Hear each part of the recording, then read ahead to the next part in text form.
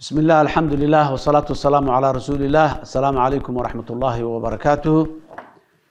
dadka Soomaaliyeed meel kastoo ay joogaan walaalayaal maanta waxaan idin soo hor istaagay inaan idin la wadaago dhibaatada fatahaadaha iyo isbedelka cimilada ee loo yaqaan El Niño ee raadka ay ku reebatay dadkeena. walaalayaal dalkeena maanta xaalad gaar ah ayuu ku sugan yahay.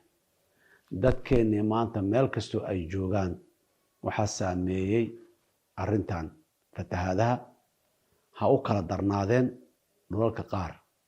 waxaan rabaa si gaar ah dadka Soomaaliyeed inaan u sheego Soomaaliya dadkeeda xaalad dhab ah ay ku jiraan waxa weeye dadkan 16 sano ayaa argagixiso dul fadhiday inay tacbadaan ay u diiday. dadkii waxay ku qasbeen argagixisada inay dadkeena ku noolaadaan wax gacanta laga siiyo inay ku noolaadaan. dadkii tacba jiray waxay si jiray kuwii xoolaha haystaan xoolaha waa ka qaateen, kuwii beer tacbi jirana beer tacabki waa u diideen. waxaa intaas dheer inay u diideen in ay haddana hay-adihii samafalka meelihii la rabay ay gaaraan. guud ahaan dadka Soomaaliyeed waxay og yihiin sanadkii hore 2022 waxaa dadka Soomaaliyeed 7 milyan iyo jarjar dad Soomaaliyeed ayaa waxay halis ugu jireen macaluul. kaalmadii dadka Soomaaliyeed ay geysteen iyo kaalmadii beesha caalamka ay geysatay dadkaasi macaluushi way ka badbaadeen, macaluul ma dhicin. ilaahay mahadiis, ilaahay mahdaa ka gaarto. abaartii isku xigxigtay ee soo martay ayay ahayd. laakiin waxaa ka dhashay abaarahaas dad badan oo barakacay oo deegaanadoodii ka soo barakacay. abaaruhu ha barakiciyaan, shabaab ha soo barakiciyo oo dhul badan oo muxuu ahay deegaano ah oo magaalooyinka iyo tuulooyinka waaweyn u badan ku soo xerooday oo yimidaa jiro. dadkii oo sidaas u barakacsan ayaa haddana wixii yaraay oo ay haysteen ama cooshadihii yaraa ay ku nooleen qaarkood ayaa haddana biyo ka qaadeen.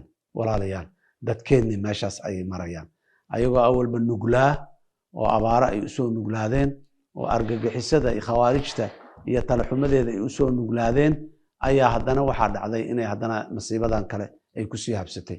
waxaan rabaa dadka Soomaaliyeed inay ku wajahdaan walaalaha Soomaaliyeed maanta xaaladoodu waa sidaas. waxaan rabaa si gaar ah inaan u xuso dadka ay dhibaatadan fatahaadda ilaa iyo hadda weli way socotaa dhibaatadii, laakiin ilaa iyo hadda waxay saameysay dad lagu qiyaasay 2 milyan iyo bar qofood ayay toos u saameysay. fatahaaduhu ay u saameeyeen ilaa iyo hadda 101 qof ayaa la og yahay inta dhimatay oo lasoo report gareeyay inay ku dhinteen daadadka. ilaa iyo haddana 1 milyan iyo 100,000 dad ku dhow 1 milyan in ka badan oo qof ayaa sidoo kale mar kale barakacay. kuwii hore oo abaarihii la barakacay waa barakacsan yihiin. 1 milyan oo kale oo waxaa ku kortay in ka badan barakacayaashii. waa ilaa iyo hadda xaaladdu meesha ay marayso. berri dambe iyo isbuuca dambe sida ay noqotana waqtigeeda idinla soo wadaagayna. waxaa dadka Soomaaliyeed ay dhaafay oo ka baaba'ay 4,000 oo neef oo xoolo ah oo isugu jira lo iyo ari iyo geel ha u kala badnaadeen. 4,000 oo xoolo ah oo dadkaasi ay lahaayeen miyiga jooga ayaa dhaafay. waxaa baaba'ay dadkaasi ay lahaayeen nooc kastaba ha ahaadeen 140,000 oo guri oo lagu hoyanayay ayaa baaba'ay. guryuhu noocay doodaan ha dhagax ha ahaadaan, jiingad ha ahaadaan, aqal Soomaali ha ahaadaan, bac ha ka samaysmaano. waxaa baaba'ay buundooyinkii ku yiilay webiyada oo dadku iskaga gudbayeen sida buundada buur dhuubo iyo baar dheere oo hadda la xisay. kuwii kalena biyihii dul socdo daqiiqad kasta ayagana inay go'aan ayay u dhaween. kuwana horey u baaba'sanaayeen oo hore ayay u go'sanaayeen sida Jubbada Dhexe, Araaray buundadeedii iyo meelo lamid ah hore ayay u baaba'sanaayeen. sidaas daraaddeed dowladda Soomaaliya si ay arrimahaas ay uga howlgasha waxay magacaawday guddigaasoo isku jiro wasiiro, ganacsato, bulshada rayidka, culamaa uddiin oo isugu jira oo si joogtaa u kulma sidii gargaar loo gaarsiin lahaa dadkaasi. waxaan rabaa walaalayaal intii aan kari karno inaan isku tashanno, dadkanaga wixii aan gaarsiin karno inaan gaarsiino. Soomaalidu meel kastoo ay joogaan dal iyo dibad qurba joogta si gaar ah ayaan ugu dardaarmaya. ganacsatada Soomaaliyeed ee ilaahay wax siiyey ayagana si gaar ah ayaan ugu dardaarmaya. guud ahaan dadka Soomaaliyeedna waa u dardaarmaya waxaad karto. dhibaatadaas maanta jirtahay hanti la bixiyaa, xoolo la bixiyo, beesa la bixiyo, waxna kuma yara waxna kuma badna.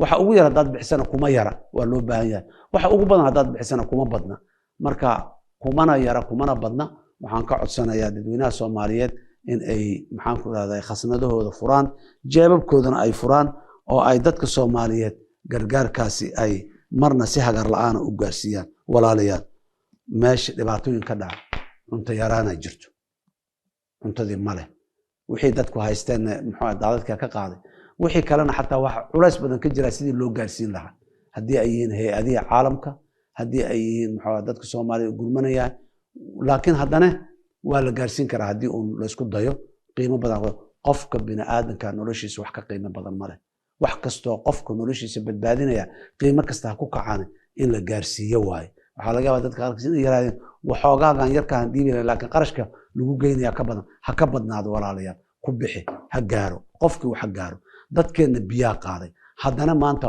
haraada ka jiro oona ka jiro biyo nadiif oo la cabo malaha biyo la cabay oo daadka keenay cudurada ka dhashay waterborne diseases ayaa meesha ka dhashay kanaaca ka dhalatay dadkii waa wada jiran yihiin waa gaajaysan yihiin resistant adkaysigooda xataa cudurada iyo waxay u adkaysan kareen wuu yaraaday walaalayaal meeshaas dhibaato xoog leh ka jirta dadka Soomaaliyeed oo hawday mala'aanina walaalkaaga Soomaaliyeed dhibaasan waa adduunyo wanaagsan iyo aakhiro wanaagsan oo isla socdo ilaahay ajri xasanaad ayuu ka siinaya dadka Soomaaliyeed sharaf iyo karaamo iyo cizi ayuu ku helayaan in ay ka badbaadeen dhibaato maxaan ku raadayay aan ka badbaadi karno waxaan leeyahay baaqiga wuxuu ku wajahayaa koow dadka Soomaaliyeed dad biyo sacbadaada looga dharkaa gargaarka sacbadana war waa aakhiro iyo adduunyo isla socda walaalayaal yaanan wax la reebanin wixii aan kari karno dawlad iyo shacbigeedaba iyo meel kasto aan joogno dal iyo dibadba aan u midowno